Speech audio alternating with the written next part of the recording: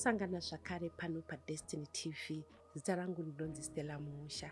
Nhasi uno pachirongwa My Story mustudio tinaasisi Nesta. Tinoziva kuti isusu munhu wese ane nyaya, zvinhu zvakamboitika muupenyu hwake zvaangati ndoda kuuya kuzosheya. Iyewo munhu pachake achitofamba itori nyaya. Pamwe pacho ukaona munhu asimuka kuuya kuzoti ini ndoda kusheya nyaya iyi. Dzimwe dzenyaya dzinouya panapa dzinotyisa, dzimwe dzinovhundutsa, asi dzizhinji tinodzidza kubva madziri. Sisi Nesta makadi tiripo hedu.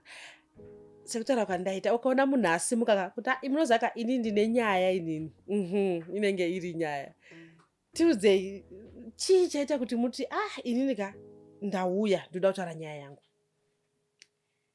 Chaita kuti ndiuye inini kuzotaurawo nyaya yekuti tine raundi yandakajoina.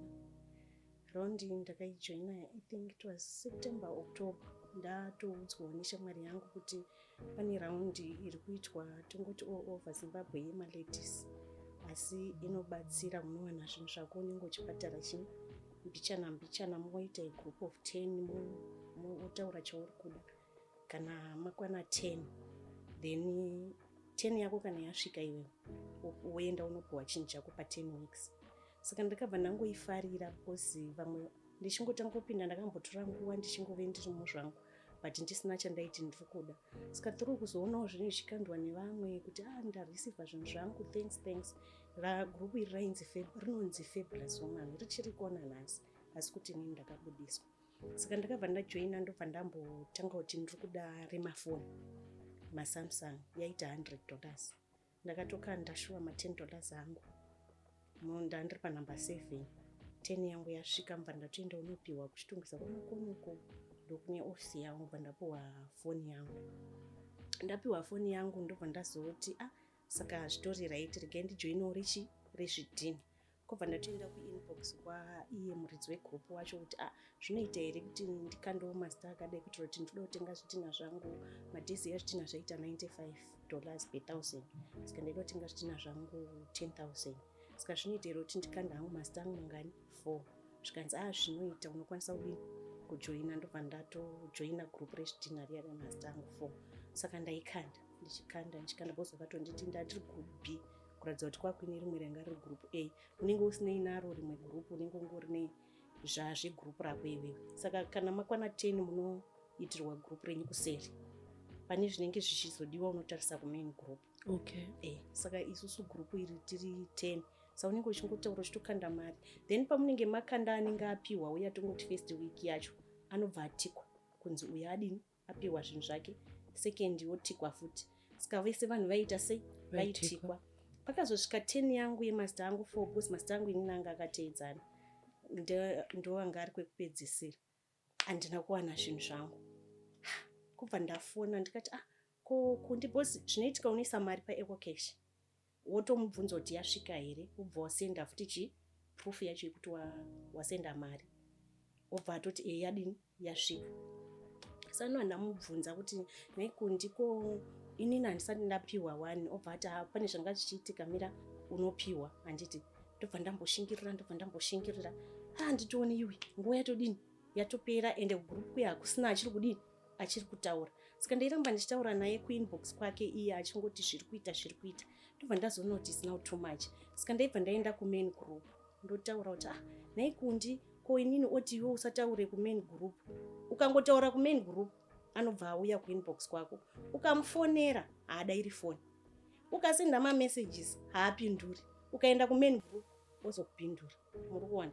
Saka ndozvo ndakaramba ndichiita wanike kunduya chabuda hapadini? Hapana.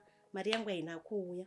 Ndobva ndaona vanhu mugroup vari kuramba vachikomplaina, vamwe vekumasofa, vamwe vekumagroceries emapoto, vamwe vakangosiyana nemafiriji. Asiri kuwana zvinhu zvavo. Ndobva ndakatanga Ndoti munyazochitsanangurira. Muri kuti group iri reFabulous Women rine magroup ekuti unokwanisa kutenga chero chaunenge uchida. Yes. Mobva magroupwa. Yes.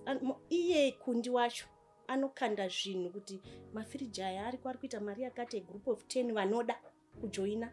Mukakwana 10 takuita raundi yechinyi. Saka imi mukakwana 10 mati tiri kuda firiji, vamwe 10 vanenge vari tiri kuda mafoni, vamwe 10 vari kuda masofa, vamwe 10. Mukangokwana 10 munobva mafumirwa gurupu renyu roenda kuseri.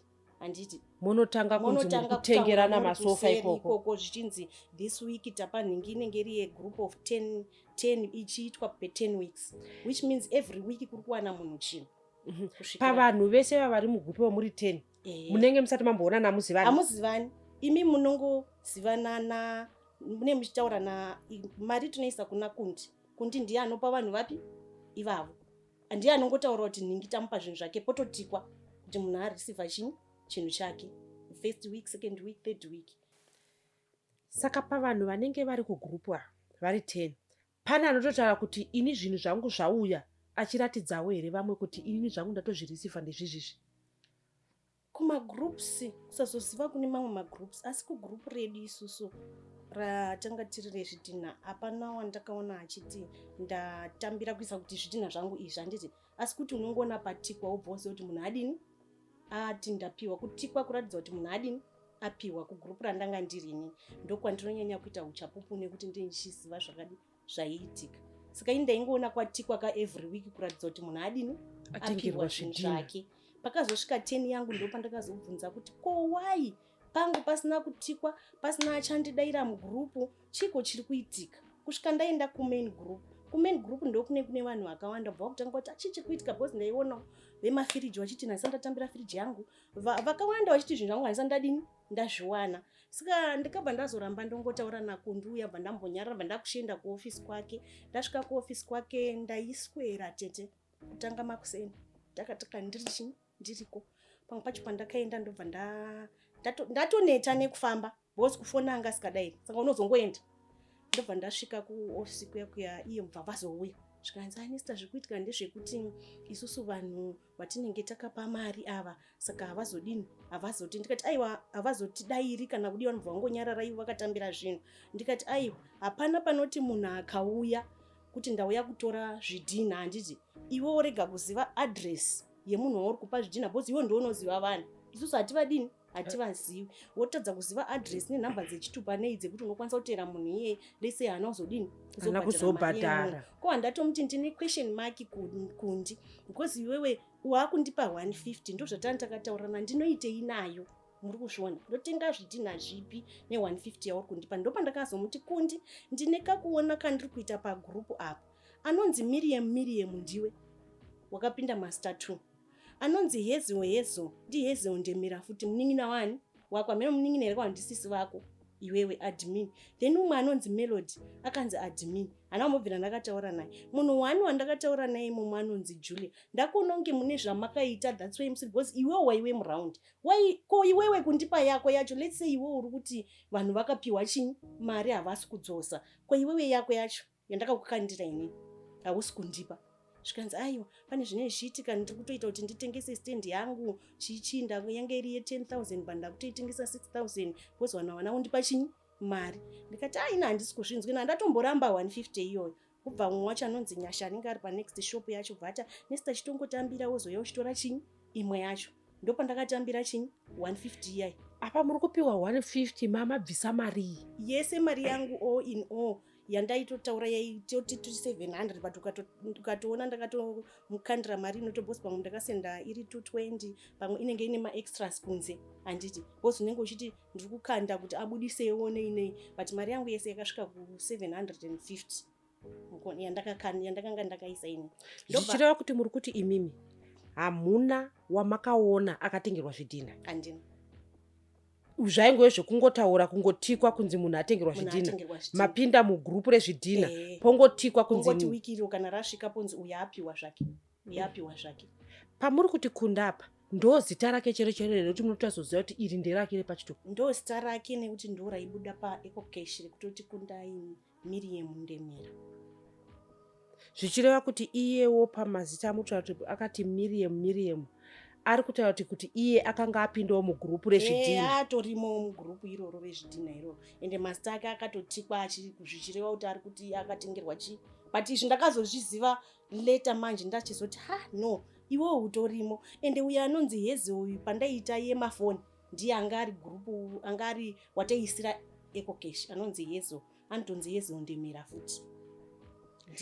Pandakapinda remafoni Samsung ndiye saka ndo pandakamubvunza zvikanzi aiwa Yezo haasiri yekufanana kwemazita mukuwana. Saka ndapiwa 150 ndakaenda kumba. Ndaenda kumba vanditi mozodzoka futi. Tete ndakatraya zvezvidhina zvapera. Isusu kubasa kwedu zvinhu hazvibudi, hazvifambi nekuti tine chimwe zvekutengesa mumbari. Paunenge wakutarisira kuti at least mari ikauya ndodai ndospina kuti ndizoendesa nemwana anga ari kuenda form 1. Ndakasvika pakumuudza kundi, ndasvika pakunetsana nomumwe wangu aindipawo mari ipo dzanga akatombonditaurira kuti zvemagrupu siyana nazvo. Ndikati aiwa zvinobatsira tongotenga ka1. Asi ndakaita naro. Ndasvika pakunetsana naye kundi ndapota ndibatsirewo ndikwanise kudzosera mari iyoyo. Tete kundakasvika pakusandidaira foni. Asvika pakuti asandidaira foni, aisandipindura, akasvika pakundituka nekuti ndaienda kugroup main group ndichinotaura nezvekuti handisi kuwanawo mari yangu nezvidhina zvangu nezvaenda. Unfortunately foni iyoyo yandaishandisa enda ndakatenga iyaya handisisina hangu iyo, ndakazoipa mwana asi zvinhu ndandaka screenshota zvese ndinazvo. Zvaaindipindura rafu dzake nezvaaindiudza zvese ndinazvo. Ndakazoenda kubasa kwake umwe musi ndaona kuti handisi kudairwa, handisi kudii. Ndakaenda ari makuseni kumapast 9 10. Ndobva ndasvika ndagara. Kwanga kuine umwe mukadzi anga ari kumhena kuti mushandiri kana kuti hama yake. Ndobva ndangosvika ndagara pasofa ndandakufona ndaidairwa nomumwe anonzi Nyasha. Nditi Nesta tiri kuuya manje 10 11 12 1 2 3 4 5 ndiriko pasina choja pa unenge uri kushingira bhozi ndakona kuti zvikoro zvakuda kuzonovhurwa. Ndoda kuendesa mwana kupi kuchikoro. Mari hapana. Dai andipawo mari ndakwanisa kuenda unonyoresa mwana form 1. Ndobva ndaenda ndagara pai kana kuuya vauya mwana wake. Kwauya mwana wake ndobva ndaziva kuti mwana wake anga akangogara. I think mwana yanga atumwa kunze ndoona kuti zviri kudini zviri kuitika. Pakabva pasvika umwe mukadzi aita ari kuuya kuzotora mapoto ake. Ndobva atonditi kundai aripo here zvikanzi nemukadzi uya hapo. Zvikanzi ndambomufonera wana akati ndiri kudini ndiri kuuya. Saka ndakatoti sezvo ari kuda kudiona mai ava ari kuita sei ari kuuya. Amene vakazofonerana bva ataura kuti enda kupi amene kwawakaendawo mai vaya handina kuzodini kuzoona kuti vakaita sei. Ndobva ndagara kusvika 4 5 6 7 kundi haangauya asi ari kukomuniketa nemwana wake. Mwana wacho paakabuda ini ndakaita pfungwa yekuti handina kwandiri kuenda kusvika ndaona paanogara apa paofisi pake. Ndakabva ndati kana vakavhara ndichavateera kwavari kuenda. Mwana ndakatombotaura naye unodzidza kupi chichibva atondiudza. Ndati handine mwana wangu ari form 1 ndoda kutomutsvagirawo kumutsvagirawo nzvimbo pamwe ndingakwanisa kuzomuudzawo kwauri. Handina kutukana naye taitotaura zvakanaka. Saka mwana uyoya dzatoo kuma to 8 ndopa wakati taakuvhara manero. Kwabva wanditi taakuvhara ndikati no ndiri kuenda nemikumba. Mwana akabva afonera mama wake kuti ayu awe kuti kune munhu wandiri kuuya naye kumba. Handizivi zvawakataurirana ipapo. Tobva tatobuda muofisi make muya tobva tiri 3 neumwe anga aripo yabva taenda kubus stop. Tasvika kubus stop umwe wayo akabva adzokera kushop. Pandaramba ndakasara ndakamira nemwana wayo. Mwana wayo bva ava vari kunonoka kuuya pane mari yavanga wasiya chichi. Saka regedza tidzokere tinoona kuti vatadzokera tese bva tasvika kuya mwana bva ati ndoda kutenga airtime. Takasvika mukadzi uya ariko kushop kuya svika ndoda kutenga airtime nemwana. Saka mwana paakati ndakangoitawo pfungwa yekuti ndikanditeere mwanawo bva ndamuteera. Bvaenda bva anotenga airtime. Aenda anotenga airtime ndaingoteera mashure. Obva aenda mukombi. Asvika mukombi akwira ini ndakwirawo kombi. Ari mukombi imomo waifona bva adzika. Ini bva ndatodinowo futi bva ndatodzika. Ndadzika bva ndakuteera mwana waya kwese kwaenda. Aifambisa ndichifamba hangu ndiri mumashure. Tichingotena kudai ndopatika tasvika pakanga paina namai wake. Ndichingosvika kudai bva watonditanga watondikomba. Hey iwewe wamonya mwana ruoko wadini. Ndakashamisika and I was shocked kuti ndamonya mwana ruoko handina kumbobata mwana vana vari kubiwa ngochida kuabhusa mwana totoenda pamapurisa ngati no kana iri nyaya pamapurisa ngatichitoende pagedha tinotaura pamapurisa vabve vatoziva nyaya yangu. Muri kuona vanga vari 3 ndapakati ndichitochema ndiripo ndikati kundichandiri kuda mari yangu because inini ndoda kuendesa mwana kupi kuchikoro. Svika ndagara ndichingokutaurira kuti mari yako ndiri kukupa chichibva waita noise. Saka pane murume anga aripo. Murume uya bva atoti mimi muruda kuabhusa mwana chichi. Vandati ini handisi kuda kuabhusa mwana. Ini ndiri kuda mari yangu ende handina kumaabhusa. Pamubvunzei kuti ndambomubata here. tatinge tichitotaura zvakadi zvakanaka. Kobva wanditi handei kuofisi uku. Ndikati kuofisi kupi? Ndaitya, handivazivi. Apo usiku Ndaitya, ndikanoda ndiende kuofisi kupi, ngatitaurei nyaya panapa. Zvikanzi handei kuseri uko ndoda unogadzirisa nyaya yenyu because iwo wanzi wamonya mwana chinyi ruoko. Ndikati kana zvazonzi vasikana mese handei. Wandinoziva pawasikana ipapo ndiye Kundu wacho neainzi Nyasha wacho. Ndaingomuti ainzi Soko. Kobva taenda mainzi muofisi macho, ndaitombotya kupinda. Ivo vakatozviona kuti ndiri kutya bhozi ndaishosha wei ndiri kupinzwa munhu makadai. Saka ndadongorera bva ndaona vese vachipinda, vandangoti chauya chinoona ini chandiri kufaitira kuti mwana wangu aendepi kuchikoro. Kobva tapinda muofisi pamaya, bva vese vabuda. Vakadzi vakanzi budai mese, vamambosara 1 vazonzi buda. Saka ndaitochema murume wabati musachema amai, ndiexplainerei kuti chadini chaitika. Kobva ndavaexplainera zvese zvakaitika kuti raundi takatamba so. Saka ndinoda mari yangu, mari iri kutodiwa chinyi ikumba. Kusvika ndiri panapa usiku ndauya makuseni, handina chandadya, handina chinyi, ndiri kuda mari yangu. Ndamuexplaina zvikanzi zvandakuchiita ndezvekuti imimi chiregedzai kutaura nani naKundi. Imi maregedza kutaura naKundi, chibvunzai ini ndindakuda kukubatsirai. Saka nhasi ndichakupai chinyi $200. Ndakupai $200 mozouya muchindoona musi wechipiri. Ndikati it's okay. Kobva wandipa $200 iya wato usiku. Vakatondiperekedza kunotsvaga malifts nemota kuti ndichiende kumba. Ko ndatoti handina kana mari yekombi, ndokumbirawo chinyi mari yekombi. Bva wandipa $2. Ndobva ndakwira, ndobva ndaenda kumba. Muri kuchitungwiza ipapo? Ndiri kuchitungwiza ipapo. Ndakatosvika kumba kwangu kuma-round 10 manheru. Ndinge ndisina option because ndo pandinotoraramirawo ende ndaiti zvichandiitirawo. I didn't know kuti zvichaenda nenzira iyo.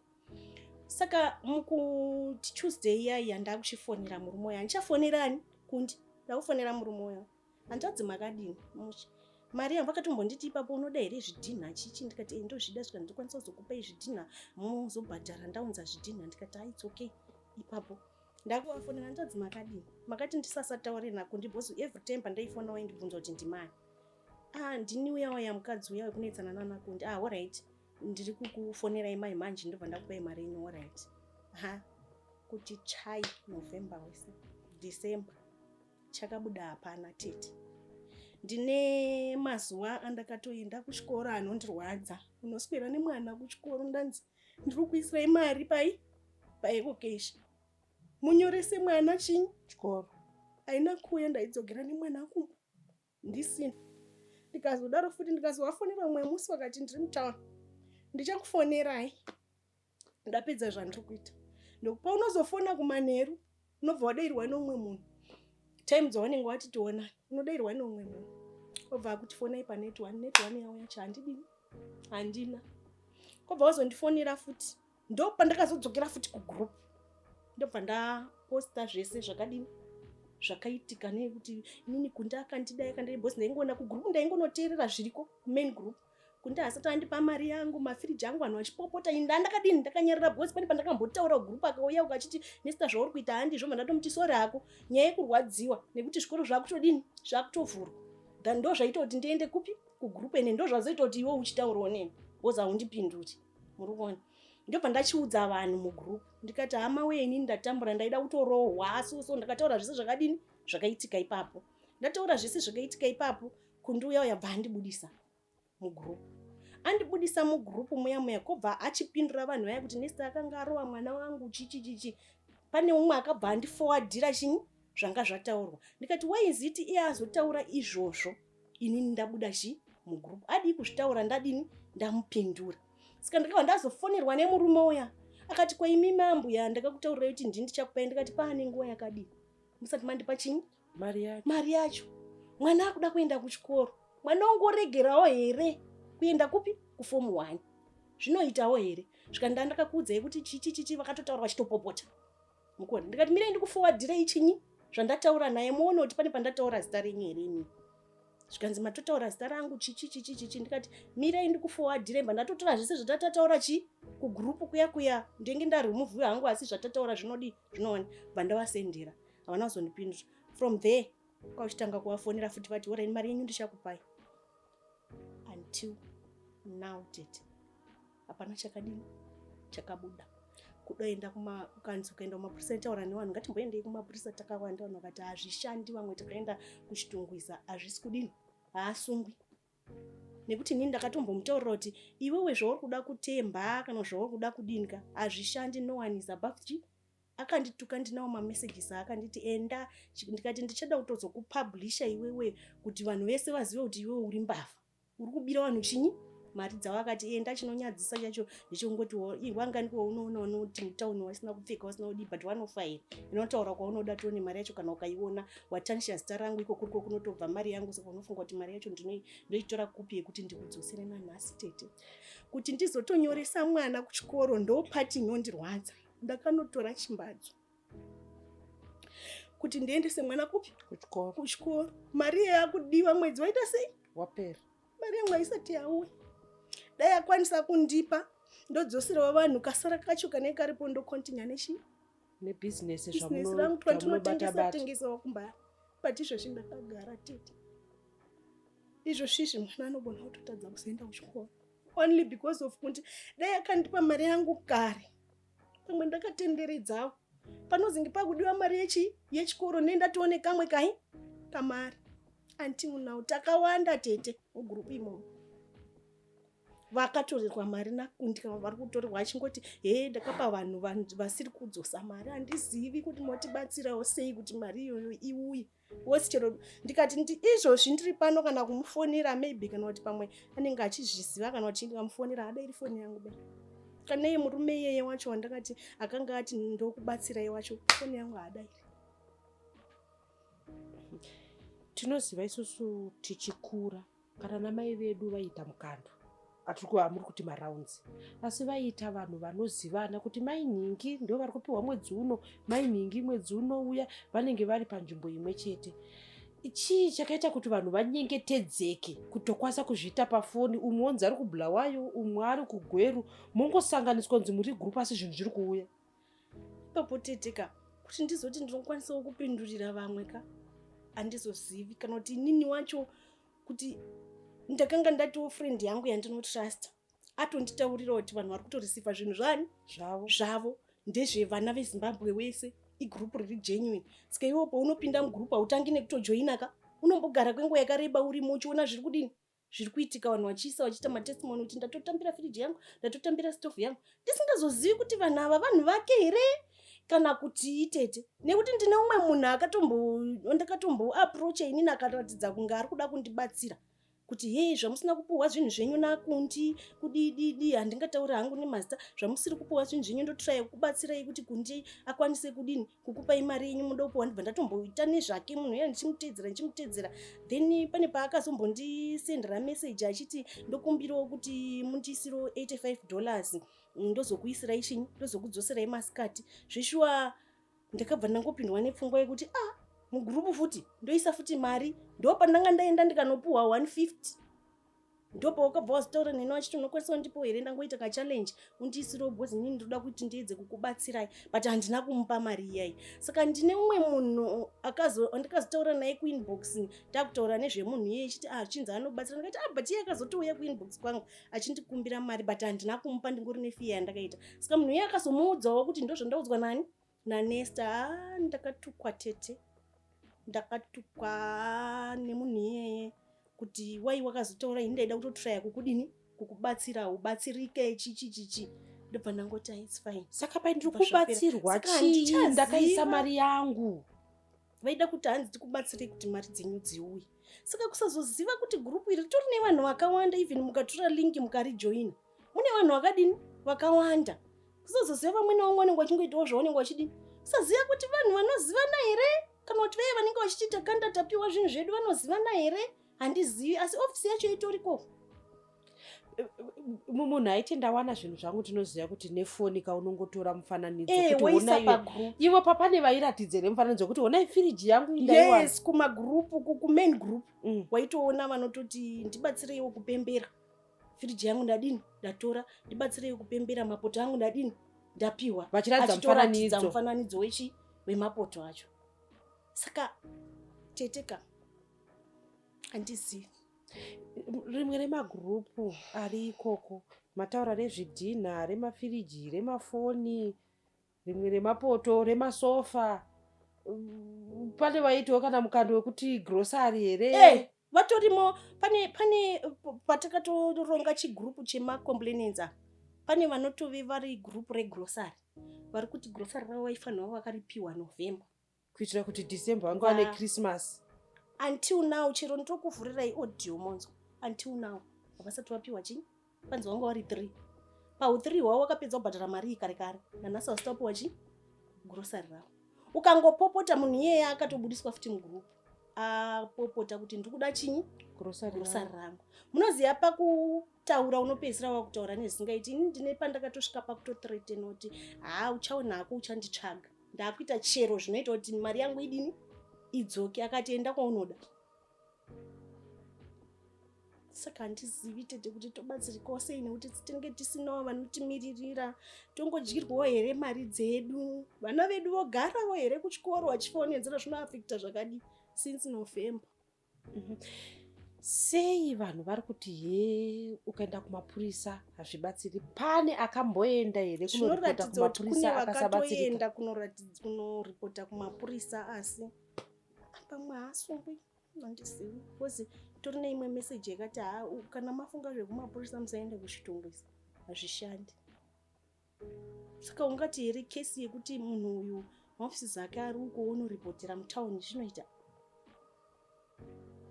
Ipapo ndo pandisi kuzivawo kuti chikonzero chacho chii. Like muri kuona kuti ipapo inini ndatofonerwa kuti iwewe wazengo wakutaurirai kumain group ndanga ndakutotya kubva ndatostika.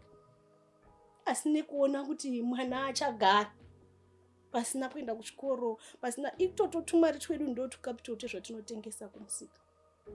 Tine chitoshupikawo. Uri kuti ondidai ndigone kuendesa mwana wangu kupi kuchikoro but anopedzisira agara bhozi handisina chekuita. Dei mari iyi ndakaipiwa kare ndakabhadharawo kaidiwa kuchikoro ikoko but iye zvinezvi kana wakatora chimbadzo yakudawo kwainenge ichidini inenge ichitobereka ichitodzokerawo. Munhu anenge akakubatsira wakatotaura wega kuti no kuita kuti iye anenge achikukweretesa mari achiti ndikuisa interest ayo asi kuti iwe unenge wati ndipeiwo ndozokuisirayo kedrink. Muri kuona mari iyi hauchagoni kuidzosa kuti ko ndinowo zvandiri kuda kuita. Saka dai kuri kunzi ndakaipiwa ndisati ndadzosera iyi handi kutaura kuno ndatopa nechimwe chikamu.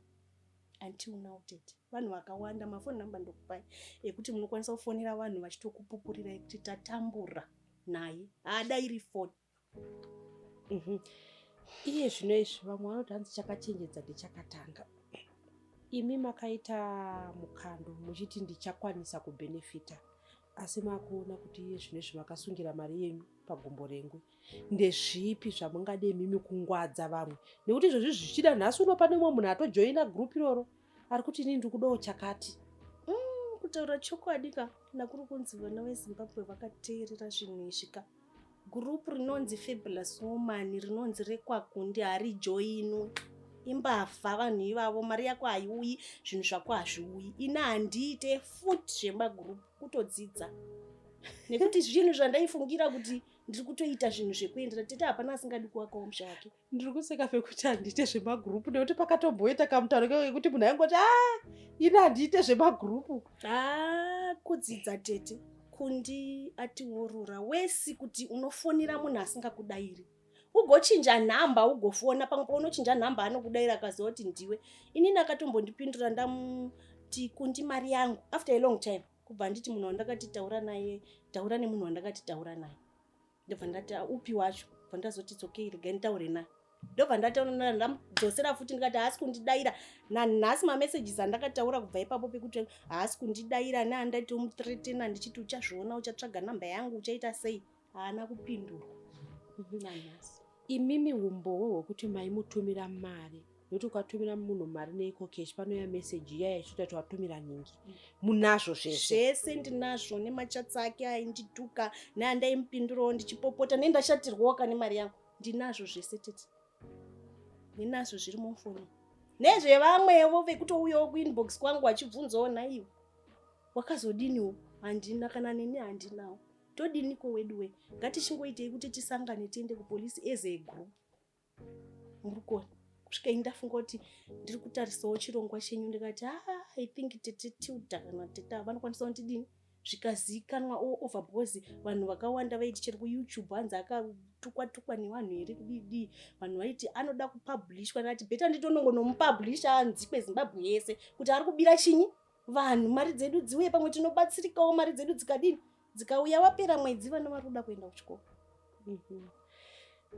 Pano paDestiny TV unenge tikaisa nyaya dzinoonekwa nevanhu vakawanda vacho vakasiyana siyana zvichida magweta mapurisa.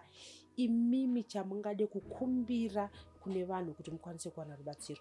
Ini kutokumbirawo napaina anokwanisa kutibatsirirawo kuti kutaura naye kuti mari yangu iuye nemari dzevamwe vana veZimbabwe dzakawanda nevane magrosari mafiriji asina kuuya vabatsirwewo. Havachabatsiri ini ndega vakutobatsirawo vese vari kubirwa nani naKundi nevamwe vana veZimbabwe vanga vachida kutojoinawo that group. Handina basa nazvo kutotaura chokwadi kuti arijoinwi group rinonzi rekwaKundi iyeye anonzi Kunda Internet arijoinwi. Aiwa mavita enyu tinovimba kuti nekuti mapurisa kunyangwe kare nekare vanotaura kuti mhosva iroyo hainei kuti yaitwa nani, yaitirwa kupi, yaitwa rini. Tinongokurudzira kuti endai munovhura dhoketi. Hongu munhu anokwanisa kuzoti azvibatsiri, asi mapurisa, mukuru wemapurisa anogara akataura kuti muchinge matadzirwa hakuna munhu ari pamusoro pemutemo. Angave mupurisa, angave ani, hakuna munhu ari pamusoro pemutemo. Saka mino tete toita sei papapa kuti tikwanise kuwana vanokwanisa kutibatsira kuti Kunda uyu ape vanhu zvinhu zvavo kusanganisira neni nekuti right now ndikatadza kubhadharira mwana wangu chikoro izvozvo zvaasi kuenda kuchikoro handisi kushanda mukauya kana kubasa kwangu munonzwa tsitsi handina chinhu. Unongobudawo semunhu uya anga angogara achiita zvaanoita kungoti zvingo asi hapana zvaunenge uchiita ungabudi uchiratidza namo ukapfekawo zvimawigi ukadini woita ngo zvinhu zvakaringana asi deep down ukatarisa mwana kuti aone. Ndofunga ndakasvika pakurara pamubhedha mwemusi naye ndikamutaura ndakati tino ndo zviri kuita sei. Ndofunga ndichatadza kubhadharira chikoro mari yangu haisati yadini yauya. Ndakamuudza zvisizvi kuita unenge uchiedza kuwadza vanhu but unosvika pakumuudza chifunga ifomu 1 totadziswa here iye wake anoenda kwaanoenda kuchikoro ikoko achitodiwa vanenge vachisa pastatus zviya zvekuti mastatus ake zvimwe zvacho zvinezvi zvekutozwadzisa kana kusotesa chaiko chaiko tete. Saka handizivi kuti tobatsirika sei, tonanga kupi kwekuti Kundi akwanise kutipa mari dzedu avhundukewo because haatovhunduki munhu. Vadiwa vatariri, tinoziva kuti kunyangwe imimi mune rubatsiro rwamunokwanisa kupa. Tibatei panhamba dziri kubuda pachivhitivhiti kuti tikwanise kubatsira vari kuchema kuti mari dzavo vakanga vaisa vaine chivimbo chokuti vanokwanisa kuwana zvinhu zvavanenge vakaronga kuti ndichashandira ichi ndigochiwana, asi mari iyoyo yoregera kuuya. Tinoziva kuti kana kuine vamwe vakapinda mumagurupu akasiyana siyana zvinhu zvikasabuda, tibatei zvakare asi tichiyeuka kuti hakuna munhu ari pamusoro pemutemo. Zita rangu ndinonzi Stella Musha. Musakanganwe kuita subscribe. Uyewo tinoziva kuti mimi kwamuri mune nyaya dzamuinadzo. Uyai pano tikurukure.